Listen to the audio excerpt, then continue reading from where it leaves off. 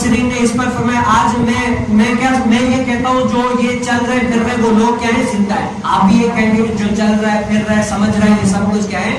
زندہ ہے. لیکن مفسرین جو قرآن پاک کی تفسیر کرنے والے ہیں نا وہ یہ فرماتے ہیں کہ یہ جو لوگ چل پھر رہے ہیں نا یہ سارے لوگ کیا ہیں؟ مردہ ہیں. ابھی یہ زندہ نہیں ہے, یہ مرے پڑے ہوئے.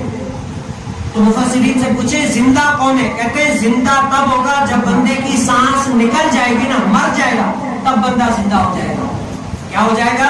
تب بندہ زندہ ہو جائے گا. تب بندے کو احساس ہوگا جو میں نے گناہ کیا, جو میں نے بدعملیاں کی, جو میں نے اللہ رب العالمین سے رشتہ ناتا توڑا, اب اس کا جو ہے نا جتنے سارے میں نے یہ بے عملیاں یہ وہ کی ہے, اب پتا چلے گا کہ ان کا سارا حساب مجھے دینا ہے. میں نے اتنی زندگی جو ہے نا اللہ کی رضا سے ہٹ کر یہ گزاری ہے. تب بندہ جو ہے نا تب اس پر افسوس کرے گا. کہتے ہیں کہ افسوس اس ٹائم پر جی چاہے گا کہ ایک پل کے لیے ہم جائیں, اتنی عبادت ریاضت کریں کہ بس لوگ کہیں کہ واقعی عبادت والا یہ ہے, لیکن اس ٹائم پر عبادت کی موقع نہیں ملے گا.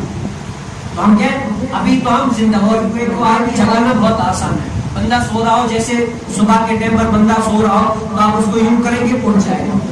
سوئے ہوئے کو جگانا بہت آسان ہے, لیکن جاگے ہوئے کو جگانا بہت مشکل ہے. ہم ظاہر ہمارا ہوئے ظاہری طور پر تو ہم جاگے, اندر ہمارا ہو گیا سویا پڑا ہوا, نصیحت اثر نہیں کر رہی, واز اثر نہیں کر رہا, ہم ابھی تک اللہ رب العالمین کی طرف آ نہیں رہے.